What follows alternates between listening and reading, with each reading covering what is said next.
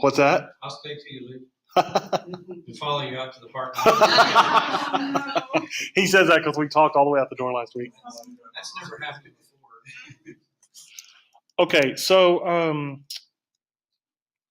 let's start with a page of a website I'm working on, and I'll show you some of the hills we have to climb. Let's see. Let's go ahead. We'll try it. See how it happens. Okay, this is the site I was talking about, and I showed a few of you this last week. So this is a site I took over. This site was in HTML, which means it was just kind of a hand-built site. HTML, I mean, WordPress uses HTML, but WordPress is essentially a content management platform, a CMS, that has systematized a lot of the things that Google likes to see, and then a lot of things that we need as business owners.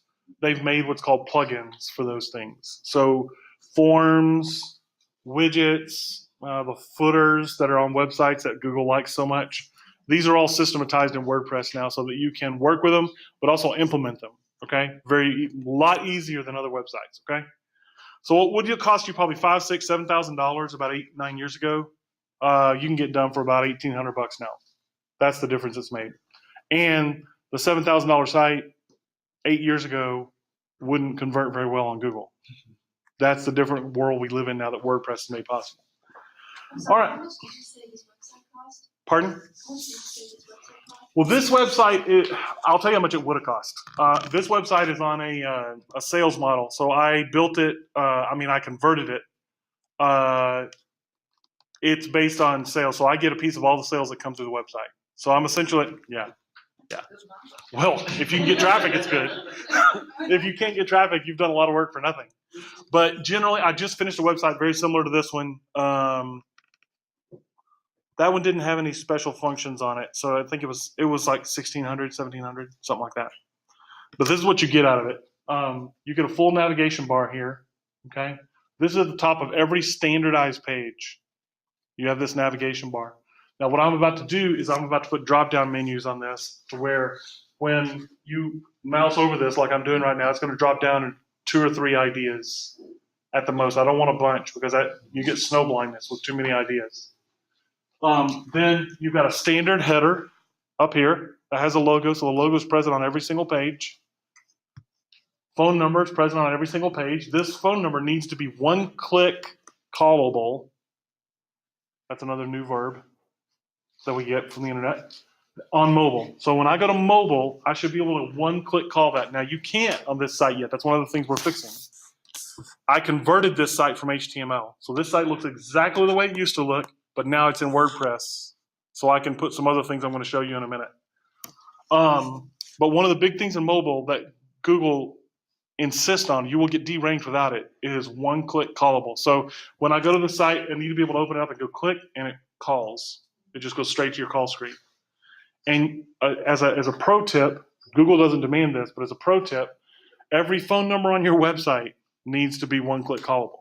So on your contact, usually what happens is on your contact us page, it's not one-click callable. They just do it in the header on the home page. They forget to do it everywhere else. A backup pro tip, a second level, Ninja. I call myself a content ninja, not a normal ninja because, too big to be a ninja. You don't see any 6'3", 300-pound ninjas. They're all tiny or smaller than me. Fast. I'm not fast. And they don't make trees big enough that I can do, Crouching Tiger, Hidden Dragon when they did the fights on the end of the branches. They don't make trees big enough because the branch has to be bigger. Then if it's that big, it won't bend. Ruins the whole effect. But use what's called a trackable phone number. Okay, a trackable phone number, you're going to pay for every minute you use it. But every time somebody calls it, you know it. So it's a really easy, really inexpensive way to test each website page you have. You put a phone number on that's only functional on that page. So every time somebody calls that number, you know it came from that page.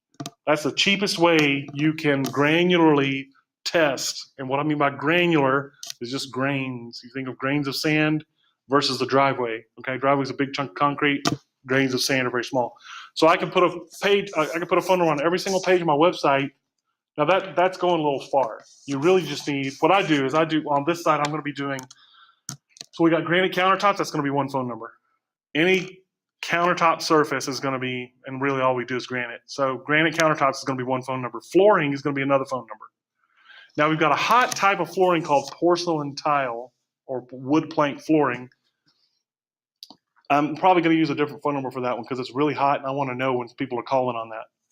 But what happens is any day of the month, within about 2 hours, it's compiled into a list of how many times people have called those numbers. And I can go tell which one's hot, which one's moving, which one's not, okay? So that's a really good thing to be able to do. And the nice thing is you can use that and forward it over to whatever number you want. So if this is the main number, which it is, all the numbers that I put on this website are all going to ring to that. And the end user and the front end user are not ever going to know that it's tracked. They don't need to know that. I'm not recording them. I'm not like doing anything illegal. All it's doing is just giving me a tick anytime somebody picks up the phone. Okay. So tell me, this will be a really good field test. Y'all give me your feedback on this picture here. I like to field test things to find out if there are any problems with it. So I just need your feedback on this. You have a house. You're thinking about doing work on your house. What does that picture say to you? It says high quality. Okay.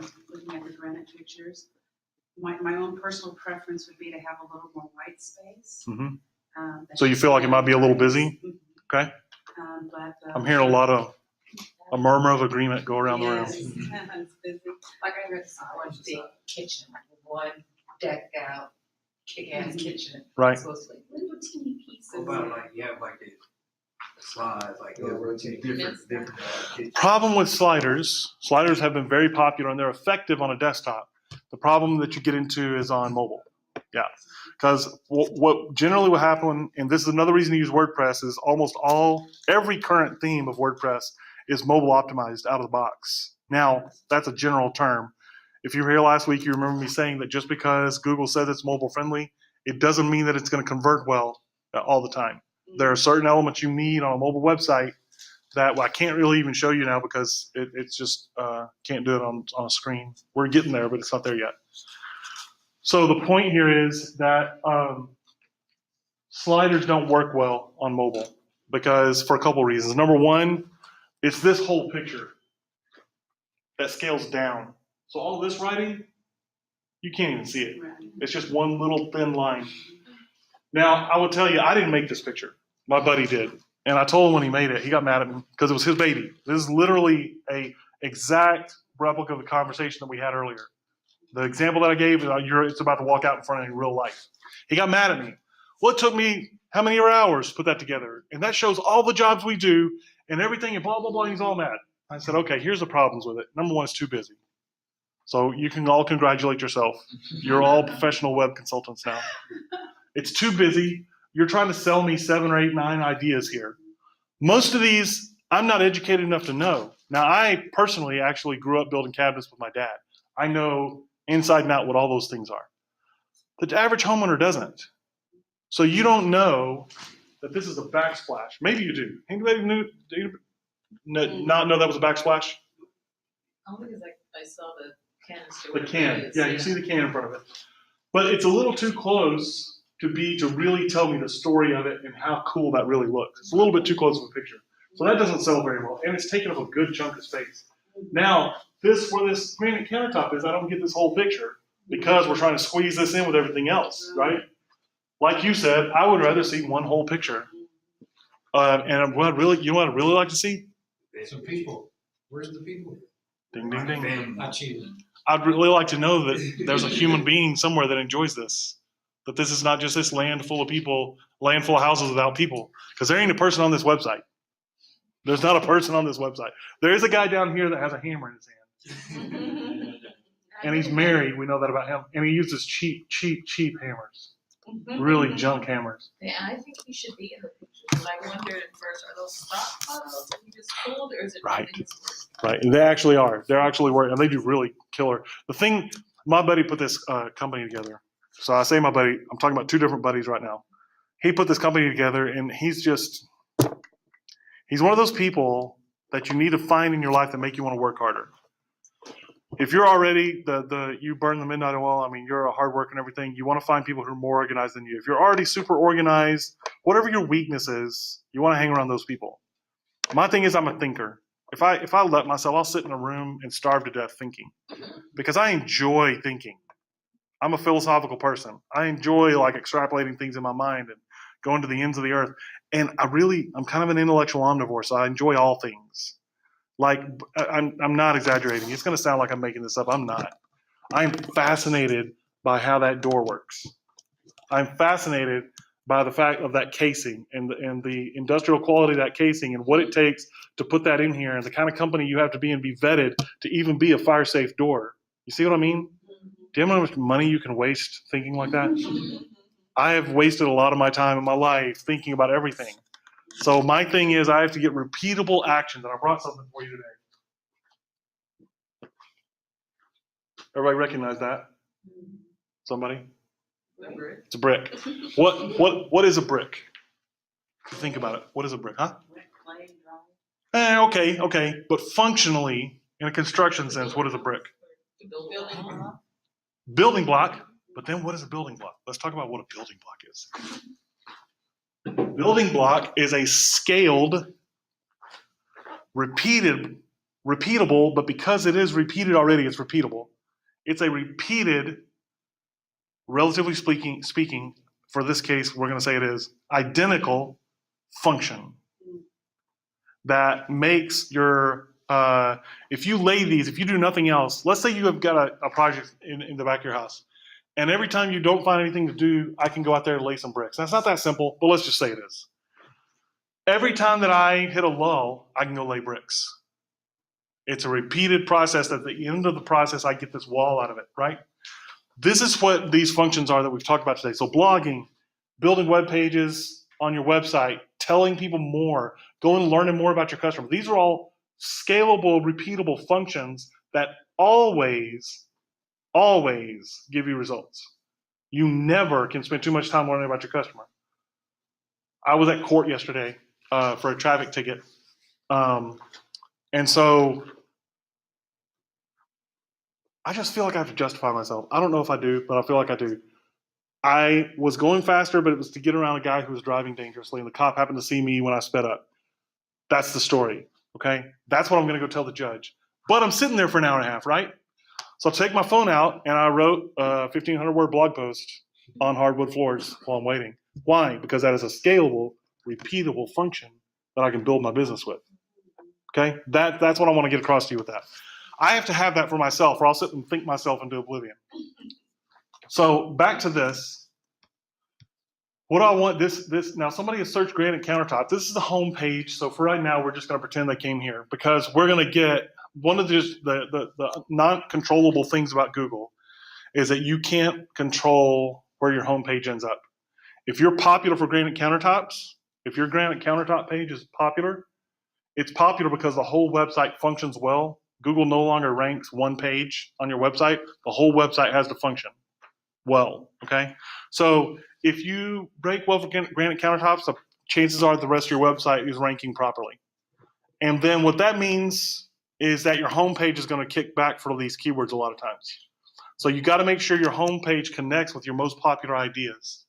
So you need to have your granite countertop page. Ideally, what I want is somebody to search granite countertops in Flower Mound, Texas, and they go to my granite countertops page. But the reality is about half the time they're going to get both of those pages, and sometimes they're only going to get my homepage. That's just reality. So you have to prepare for that. Remember, how many core ideas did we talk about?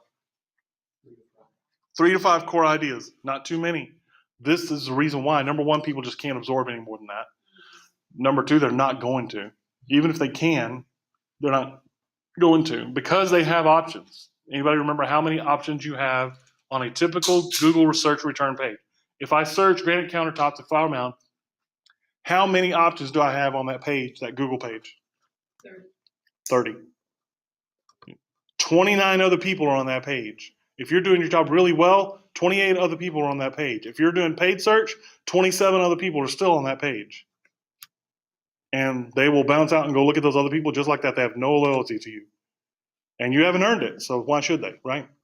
So, again, somebody searches granite countertops, I need to have a direct path. Remember, we're going from end use, what their state they've bought, and I'm going to walk them back. And this is the widest point of the funnel on granite countertops, okay? So they're going to come right up here, this nice shiny thing. We've done this right. Granite countertops is right at the top, big bold letters. I'm going to click on granite countertops. Depending on how fast the Wi-Fi is, we're going to go to granite countertops. Now, tell me about this image. I think that you never should use a picture that's so small, you have to squint to figure out what it is. And so I like the first one, I like the second one. Which The one? third What is the first? Um, Oh, you're talking about up here, 1, 2, 3? Uh-huh. Okay, The okay, okay. third one, I Gotcha. can't really tell what it is. Yeah. Not sure about it. But I think the first two pictures are good. Okay, now let's think about this. This is all one picture, by the way. You have to consider this on your website as one picture. You have, it's a collage, essentially, to get fancy. I don't like this. Why do I need this? Why do you need this? Does this help you? Honestly, as a homeowner, does that help you? Should he just put one big picture of this work with granite countertop and have a lot of which colors you want? Why wouldn't I have that? I don't know why I wouldn't have that. What I'd really like to have is I'd like to have a picture of a whole kitchen with a customer in it, patting the granite countertop because they're so happy with it. That's what I'd really like to have. I argued with him for 30 minutes yesterday, seeing the need for that. I'm gonna have to get a photographer. Yeah, that's how you get pictures of photographers. So my plan for this is, number one, we're gonna make this a whole picture. Now, let's talk about something else. Tell me what that says. What are those words? In green. Right here. He doesn't get close, can you read it? Why is that? It's font, but font is actually like Arial and Tahoma and things like that. This is italics. This is italics. So I'm only pointing that out, not to say that you're wrong, this is a very specific point, but it's extremely important. There's two facets to this that can wreck your business. One, never write in italics. Never, I'm sorry. Never write on your website in italics. And the second reason, the second fact is, italics are hard to read. They just are. Go write 20 words, go write your value proposition in Arial or Tahoma. Those are two of the most popular fonts. And then ask somebody to read it side by side with italics. 100 times out of 100, they're going to read it in the standard. Now, here's the scary fact. This should scare the pants off of you if you're wearing pants. If people have a hard time reading text on your website, they subliminally, not even, they're subconsciously, perceive you as hard to deal with. So every concept post what they tried to read on your website, even if all the rest of your concepts are clear, they're carrying in their subconscious this idea that you're hard to deal with. This means small letters. This means italics. This means fine print. Any of this stuff has to go. Everything has to be clear. You can even if you have fine print, even make a joke out of it. If you want to go read our fine print, go here and make it bigger than the rest of it. We don't like fine print, so we're going to tell you all about it in here and it's big text. You're going to scroll more, but we want everything to be clear. Own it. Own the idea of fine print, which is that's what's going to screw you, right? Everybody knows read the fine print. Why? Because that's what's going to screw you, right? Okay, that's what small and hard to read font is all about. Has no business on a website. So now let's actually look at the actual words. Can anybody read that here? Can you read this? Anybody? Okay. Experience a new kind of remodeling where great prices, integrity, and top-notch service are real. Tell me about that. Experience a new kind of remodeling where great prices, integrity, and top-notch service are real. I hate the R real part. I don't know what that means. Yeah, the what does it real, mean? great prices are real. Maybe Maybe are are guaranteed. great prices are real. Yeah. Now, here's the thing. That literally really is true with them. What he has built his business on is bringing competitive prices, and really prices that he almost always, like 99 times out of 100, beats everybody else's prices, sometimes by 30%. And in high-end cabinetry and granite, you're looking at sometimes saving $15,000 on a job. That's real. That's the really bad way to state it. Experience a new kind of remodeling. I don't even know. I want granite countertops. Why are you trying to tell me this? Right. Now, what another thing that's doing, that's general overarching brand promise, right? So I went specific. I went granite countertop search, homepage, granite countertops, and then you went, no, wait a minute, let's back up to this general idea, right? That's what this is doing. That's what you can't do. You're specific now. We promise the best in granite countertops. We will not leave your house until you're satisfied with your granite countertops. That is a brand promise that fulfills this larger overarching brand promise, right? I'm now executing down the sales funnel, not forcing them back up in the top. Saying, no, you're not ready to look at granite countertops. You need to go look at my brand promise, okay? Here's another huge thing that's easy to miss with this because this is desktop and it looks fine right now. This scaled down on a mobile, you can't even tell what any of that is. That is a useless image. So what my plan is to go, how many of you post on Instagram? Okay, you probably then have experienced trying to use a Facebook image on Instagram and having to resize it. Have you done that? Yeah. Okay. If you ever try to take a Facebook image and yank it and then put it up on Instagram, you won't see the whole image because Facebook standard images are still landscape format, right? Instagrams are square. So that's what mobile devices are. That's why they're scaled like that for mobile devices. So just as a cheat sheet, if you ever want to look at what your images should look like, just go put them on your Instagram account. And that'll show you exactly what they should and shouldn't look like. So what I'm going to do is I want a nice picture of granite countertop with a person in it. That's going to be one square picture. It's going to be granite countertop. That's going to be on the homepage. This homepage is going to get completely redone. So what you're going to see is square image. And it's going to have it on there, the guaranteed the best in granite countertops. So is he a granite countertop company, or is he a remodeling company? And what keywords do people use to wind up at this site? When we're done, when everything is working properly, which it's not because I just took it over, when it's working properly, granite countertops, hardwood flooring, tile replacement, tile installers, home remodeling, painting probably not because there's not much money in it. That's not going to be a core idea. We do it, but it's not going to be a core idea. Does he do bathrooms and Kitchen and bathroom remodeling is going to be one of them. So all these things are going to work into it. So what they are is a kitchen and bathroom remodeling company. That's what it really comes down to. They also do whole house remodeling, but fewer people buy that. And people that do buy that buy from a remodeling company, which is we're already going to get there anyway. So does that answer your question? Okay, but our most popular things are going to be granite countertops, because those come with cabinets a lot of times. People will buy cabinets if they're going to buy granite countertops. So we're going to get the kitchen cabinets with it. And now here's a little thing about knowing your market. We know if people only want cabinets and they don't want countertops, they're not our customer. Why would that be? Anybody? Wait, ask the question again. If people only want cabinets and they do not want countertops, they're not our customer. Because you don't specialize in that. No, we do really good cabinets. I mean, you do it, but that's not your core, yeah, it's not, you don't even mention it on your. That's part of it. That's another part of it. But the reason why do they only want cabinets?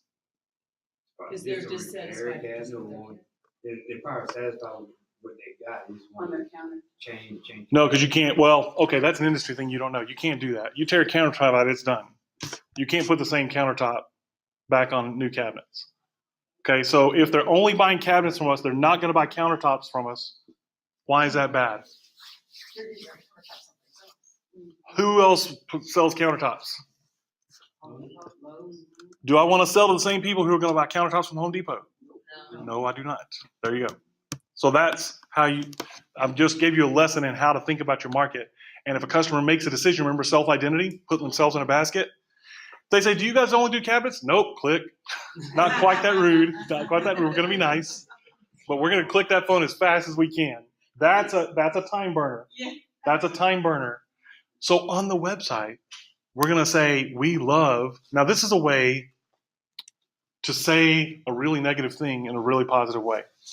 We really enjoy the process of delivering a new experience in someone's home. We love it the first time a homeowner walks into the kitchen that they don't even recognize because we've done this good of a job. We love saving our customers up to $15,000 on a kitchen renovation. Now, if somebody's trying to buy a $700 set of cabinets, Are they even going any further? Yeah, they're low. They know I'm in the wrong place, man. I'm looking for somebody to sell me $12 cabinets. Tell it IKEA. That's it. I'm looking to get out of this as cheap as I can. They're not in. Now, if somebody's going, and they know like specific brand of high-end Kohler sinks, they're going to resonate with this language. That's how you write copy. You write copy that speaks directly to your person, and it winnows out. It kicks people out by definition. Yeah, as you were talking, I was just thinking how critical the picture is too, the image, because we need to say all of that in an image, what you just said. Yeah, and the thing with this is these images don't even do their job justice. I mean, it's beautiful work. It's go in somebody's house like a 12-foot ceiling, and it's like brushed finish on cabinets. So I don't know if you know about this, but like what they do is they'll paint the cabinets brown. They let that dry and finish drying. Then they paint like a milk color on the front of it. Then they let that dry. Then they take a sandpaper and go around all the corners and just sand that where the brown comes through. And what you end up with is like this worn French provincial look. It is, I mean, it's stunning to see in person. And then with granite countertops setting that off, I mean, it's unbelievable. All right. I'm going to go to my website. Now, any of you that have been to my website, you probably have enough brain power to know that it's got some issues. I'm going to go through some of these issues before we go, so I want you to understand that I already know. I'm not telling you to do things that I'm not doing. Number one, it's got sliders. Didn't I just say sliders were bad? Then why do I have sliders? That's a great question. I have sliders because I'm on the fence. I'm right in the middle about completely rebranding and or just completely redoing the website because there are better themes that do all the things that need to be done. They need to be fixed on it. So the thing you have to understand about WordPress is the reason it's so popular is because at the advent of WordPress, there were a lot of different people building websites a lot of different ways. And Google was trying to dig through all those and try to make sense out of things. Well, here comes WordPress. They go, look, man, we're going to make an open source, easy to use set of frameworks that cause us content management system to be put in place that does all the stuff that Google wants to be done. We're tired of messing with all these other things. Let's do this. Makes it fast, makes it easy. It started off as just a blogging platform. Then when WordPress saw everything you put on WordPress went to the top of Google. You could blog about anything. It would go straight to the top of Google. That's not completely true, but it's mostly true. So people went, well, let's make a whole website out of this thing. All we got to do is do ABC, and we'll make a website out of it. Now, it's open source. Open source means anybody can work on it. You guys on this table could all go tonight, form a WordPress company, and go start building WordPress templates and sell it, and there's nothing really anybody could do to stop you because that's what they want. And this is what makes WordPress so powerful. There are literally hundreds of thousands of people today, right now, working to make your website better. They're making better themes. They're making the themes that you already have better. It updates constantly with new features and new security and different things like that. And that's what makes it so great. And with all this and all this development, how much do you think a theme would cost? Give me some ballpark. I would have thought well over 100 at least to start with, maybe a couple $100. But you can get a theme from anywhere from 20 to $50 all day, and that's the only thing you ever pay them. It's a powerful, powerful system for that little bit of money. So, the other problem with this is it's hard to get down to exactly what I do. The problem with that is there's not really a name for what I do because I'm a sales trainer, but I'm also a writer. I'm a content writer. I'm a blogger. I'm a consultant on all those things. I'm also an SEO specialist, which is a completely different animal. Most SEO people can't write to save their lives. So I'm also a paid search expert, and I'm a social media strategist. There's not really a core name for any of that. Now, I came up with Content Ninja recently, and that seems to be resonating. But the reason this isn't centered is because I haven't found the center that really does it. And people go, okay, now I understand.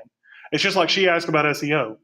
SEO has been a mainstream term for at least 15 years. You could probably argue 16. But there's still a lot of people in the market who don't know what it is. And it's becoming passé. So to even say SEO now is kind of pointless. Yes? So Carl, what are you going to do about that? So you said earlier about, you got 3 to 5 things. Like you stick to your core message. Maybe think about Gordon Ramsay. He talks about restaurateurs, and he's like, don't try to do 100 things on your menu. Just figure out the few things that you make really well and do that really well. So how are you going to represent that on your website of, I do SEO, but I also do blogging. I know, I'm not gonna do that. Yeah, you're exactly right. How are you gonna represent yourself? Yeah. when you've got that? Well, and I've been working on this almost nonstop for 2 years to try to figure it out. Because what can I say in one sentence that gets it across? Have you figured it out yet? I think I'm Share close. it I'm with us. closer. I'm closer than I was. Content Ninja is a big one. Okay. Because Content Ninja means I can touch blogging, I can touch writing on your website, I could touch consulting. I don't really need to touch SEO anymore because SEO is dying. It's dead as it was. It's gone as it was. Now that still exists, but it's not like it was. And social media consulting. I could touch all that with Content Ninja. Now, the state that I'm selling you exists in a couple of ways. Number one, I'm going to make your whole existence online better. If you engage with me on an ongoing basis, at the end of 6 months, you're not going to recognize what you're doing online. But how do you say that fast? I haven't quite figured that out. Make your online life better? What does that mean? There's not much punch there, right? Content Ninja has way more punch than that. Another thing is stress-free. I take the stress out of your online marketing life, because if you've ever tried to do anything in online marketing and you're selling, meaning you've got customers moving through the door, your life is it's a headache, man. Because you got to manage you got to be on Google Analytics. You got to see, are the Russians punching traffic through your site? Are they trying to fraud some stuff and game your number? It happens all the time. It's happening. If you've got a website, it's probably happening to you right now. If you don't look at Google Analytics, you probably have Russians moving through your website. They're not in your website, but they're punching traffic through your website. I don't know why. I don't know why they do it, because it doesn't do anything. But it does skew your numbers badly. Makes all your content be less relevant because everybody's coming to your site and leaving. So you talked about this being a 2-year process. Can you talk about how, sort of like your process and how are you working through? it really is like stuff today. Like, when I'm talking to you guys, what benefit are you getting from this? And then I'm going to let that breathe and kind of ruminate. I've learned for myself, most writers are like this. I'd be very interested to know if you resonate with this. I read this as a technique and I kind of pashot it at first, but then I started using it. It's really powerful. So I take in everything from the customer. I'm listening to the customer and everything, and I'm chewing on these ideas and things. One of the nice things about being an intellectual omnivore is I know about a lot of stuff. I can write about just about anything. I've written for neurosurgeons, general practice doctors, periodontists, general dentists, orthodontists, painters, truckers. I've written for everybody. And so I'm going to chew on it, but then I'm going to just quit thinking about it. Once I really, really dig in, I'm going to really kind of exhaust my brain on it. Then I'm not going to think about it anymore. I'm going to go eat dinner. Or I'm going to go watch a movie. Or I'm going to go for a walk. Walks are really great. And let that breathe. Oh yeah, no problem. I'm going to let that breathe like in my own soul. Not to sound too metaphysical, but and then my soul comes back with stuff. I just thought of you texted me, right? Yes. Okay, great. I have a florist client. I've had them for 4 years, and I just thought of a tagline for them. Now, they don't pay me for that, but I just do it because it just comes out of me anyway. Might as well give it to them. Let us design your special arrangement. Now, they do weddings, special events, and daily deliveries, and that's been the problem. How do you bridge all that with one statement? Let us design your special arrangement. Now, what does that say? That doesn't sound like HEB, does it? HEB doesn't do floral design, right? So everything, when they talk about design all the way through the site, that's going to come back to that core idea. So literally, that happened like 2 days ago.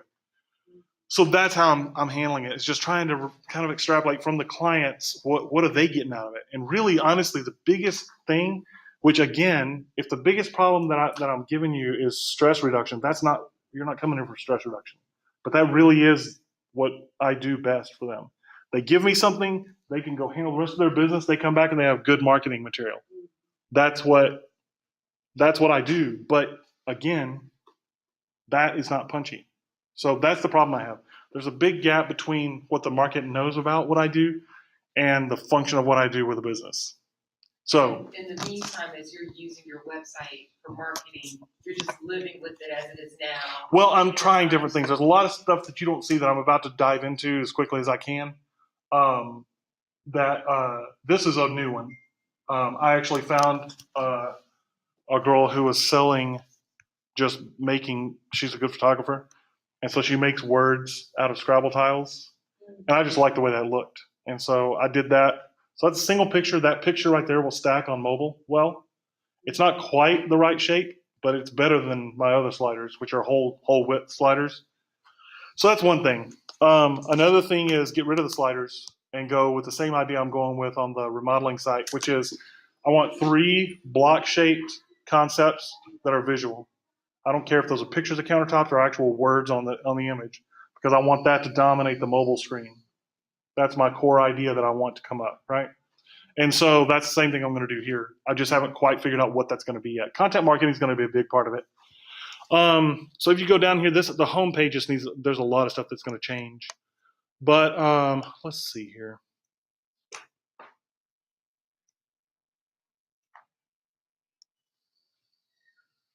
So marketing strategy is one. This is a concept you can use on your, yeah, you remember I told you you need odd numbers of tips, 6.734 tips.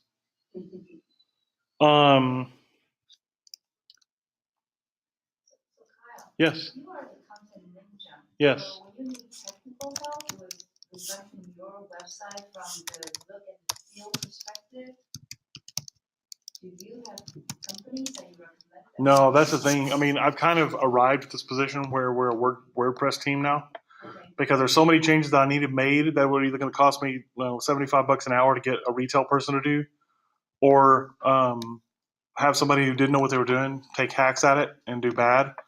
That over the years I've come up with the things I wanted, and now I know so many of them, and my team does them all, that we just do it for people now. That's why we started building WordPress sites. So we have a specific niche of WordPress building that we serve. We don't do big custom sites or anything. We give our customers a really good representation of their site, of what they do, of their core ideas. We're about selling your ideas, not about making a fancy site. I'm with you, but it sounds like you can do both. You have a team that can put it together and present well on the website. Is that what I'm hearing? You have ideas, and you also have technical people that can put it together. Is that right? I have an idea for what? You have an idea behind how this website should look like. Oh, yeah. But that's a relatively new function of my business. I was writing and I was doing SEO on sites that already existed, but we kept, like, for instance, for SEO is cleaning the windows on your business. That's what it is in real life. It's letting people see the inside of your business better. If your business stinks, or if it's badly arranged, cleaning the windows isn't helping anything. It just lets everybody know how bad you are. Somebody on Shark Tank said the marketing will show people how good or bad your business is. And if it's bad, all you've done is spend a lot of money to show people how bad your business is. So if that is a problem, now I've got to go find somebody to solve this. And that experience was so bad over and over again. It was either too expensive for the client, or the provider I found couldn't deliver, over and over again. So I finally started going and finding my own contractors, and I said, these are the standard things we always want done. We want this plugin, we want this look on the page, and these things. And now that the advent of the mobile optimization thing happened this year, this is now a big swing in what we're doing and the way we're treating images. Instagram is another one. If you don't know, Instagram is pushing really hard to be more relevant for businesses. And so that means you better be on Instagram. I don't care what you do, get on Instagram. Because it is, they're allowing ads now. They're already starting to allow links and posts for brands. There's all kinds of changes coming, and it's just going to get more and more. So you definitely need to be on Instagram. Let's see.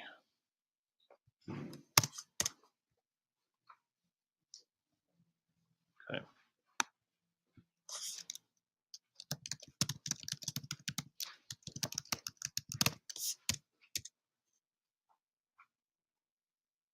Okay. This is a post that asks a core question that will motivate someone to buy from me. Should you blog? 5 thoughts. Now, little conversion tip. These brackets convert better than parentheses. That's just the truth. Now, it won't always be that way. The reason they convert better than parentheses is because people are tired of parentheses. They will eventually get tired of these, and it'll probably go back to parentheses. Just a little fact. This plugin right here is called Shareaholic. You can see that it tells how many times this has been shared or interacted with on Twitter. 45 times on Twitter, 13 times on Facebook. None on Google+, none on Pinterest. I don't know why it tells email. It doesn't show that anyway. So the point here is this is a plugin that I consult all my clients to install on WordPress sites. And this is another reason that backs up going with WordPress, because you can't install this on a different kind of site. There are a few other platforms that do it, but the rest of their platform is not good enough to justify moving to it. This one works well. Okay. Is blogging old hat now in the world of online marketing? That is a core question people have on blogging. Most people that don't or resist blogging go, it's passe. I've known about it for a long time, so it's passe. It's not true. So I go through these different things. Now, what this is, check out our blogging special offer. That's a conversion button that somebody has gotten to the point. This is not stacking up quite right. This is another thing that I want to change. You see how so much of this is this high on the page and none of the content is? What I want to do is change the website layout to where more of the content is above the fold. This is the fold right here, okay? So you want as much of your engagement material to be above the fold as possible. But that's not fixed yet. But that's something you should definitely think about.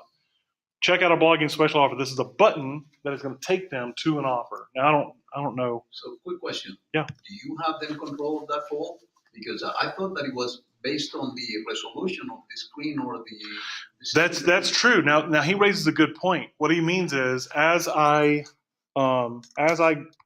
magnify this screen, the website stacks it up differently. This is another thing that WordPress does automatically. Other websites do not do this automatically. So as you grow this, those words, instead of restacking, would go off the screen.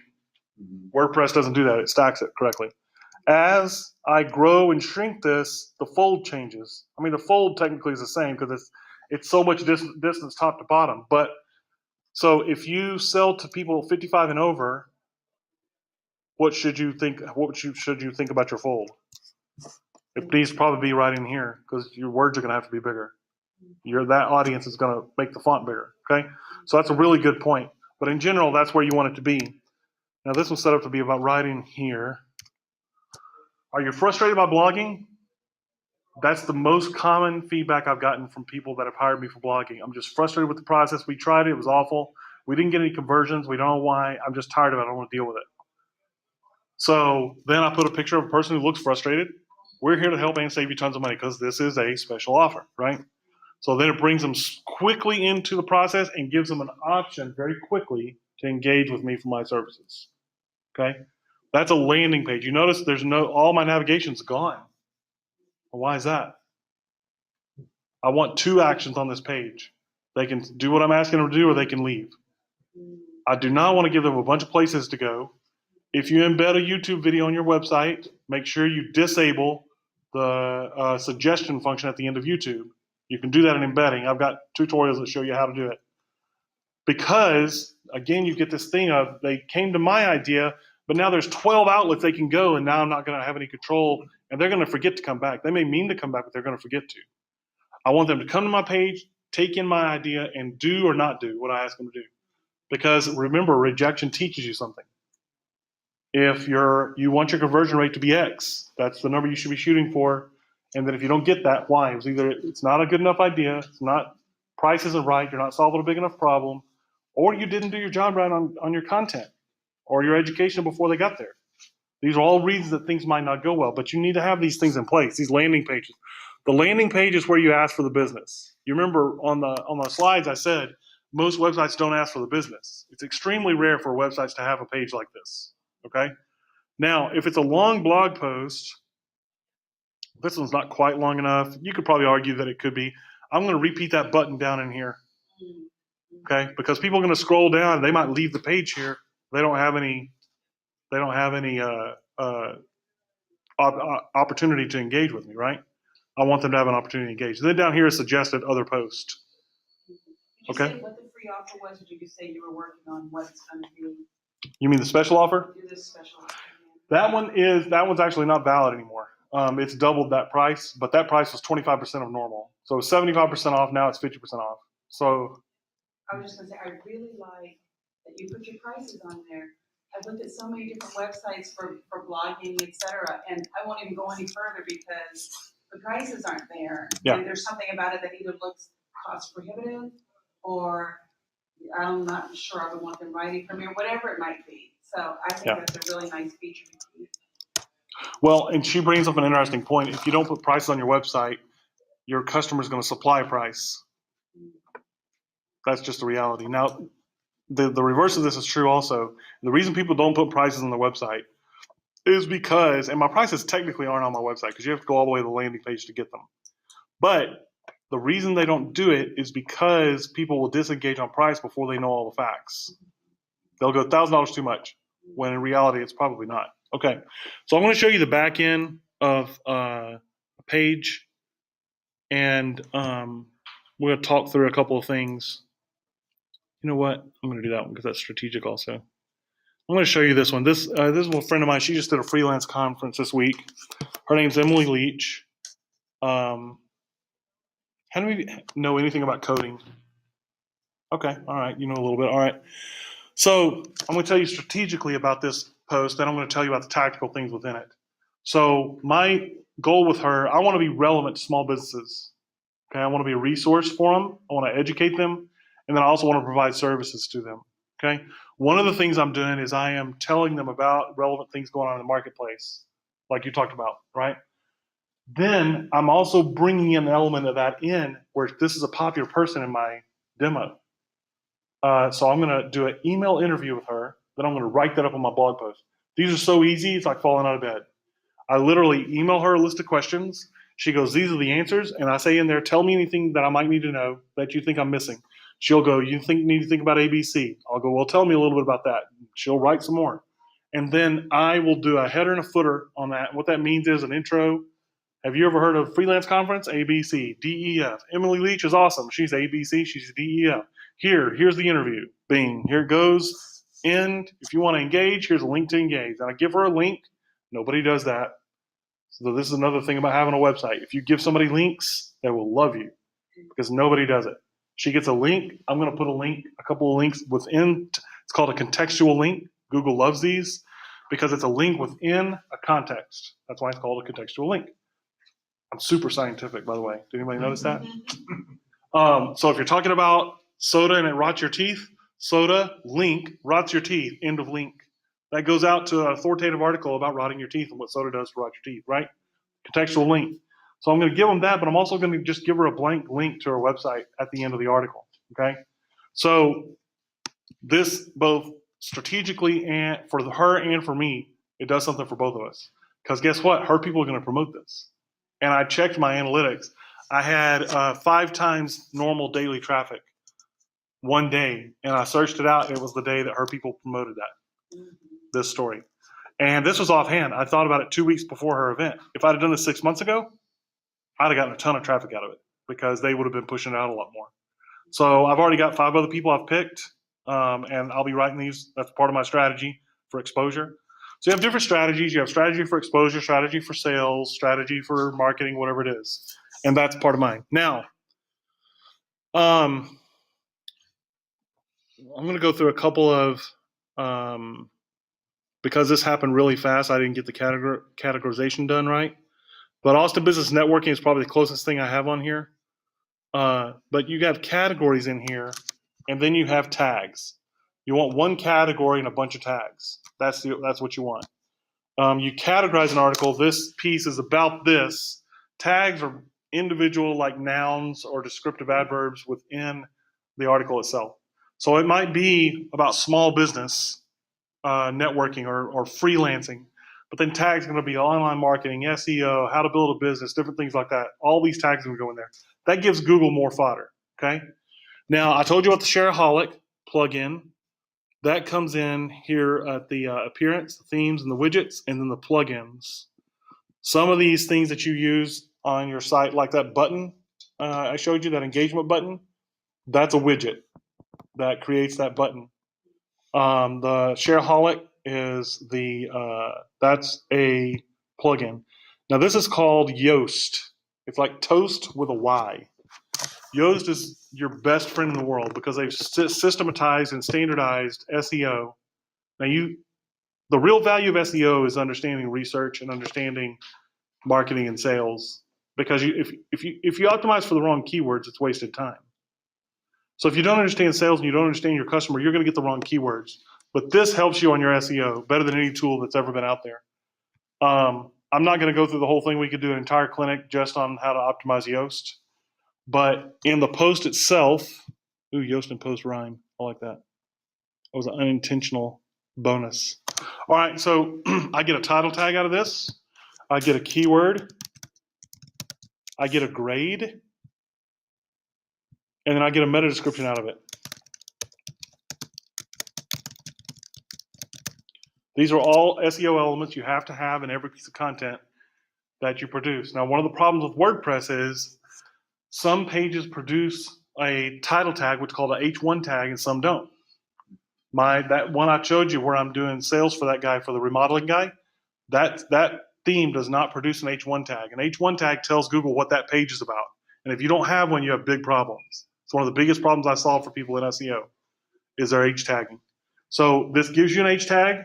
And it also gives you a grade. Now, can you see this part right here? See all that green, all the yes? Everybody see that? So it's asking me 5 critical things. Is the focus keyword in the article heading, in the page title, in the page URL, in the content, and in the meta description? Now, it's not in the meta description because I'm not going to take the time to type it. But all I have to do is put it in there. Okay? Generally speaking, that's gonna do a really good job for you on your SEO. Now, I'm telling you, you need a professional's help. If you've never done SEO before, don't think this is going to fix all your problems because it's not. But that's going to get you a long way. If you only have one plugin to install, I would install this one. It's the most valuable thing you can have on your team as a WordPress person. So we are at 3:30 right now. So any final questions to shut down? Okay. Fine then. I'm just kidding. Good job, Kyle. Thank you very much. I enjoyed it very much. Thank y'all for having me. The tool itself, though, WordPress,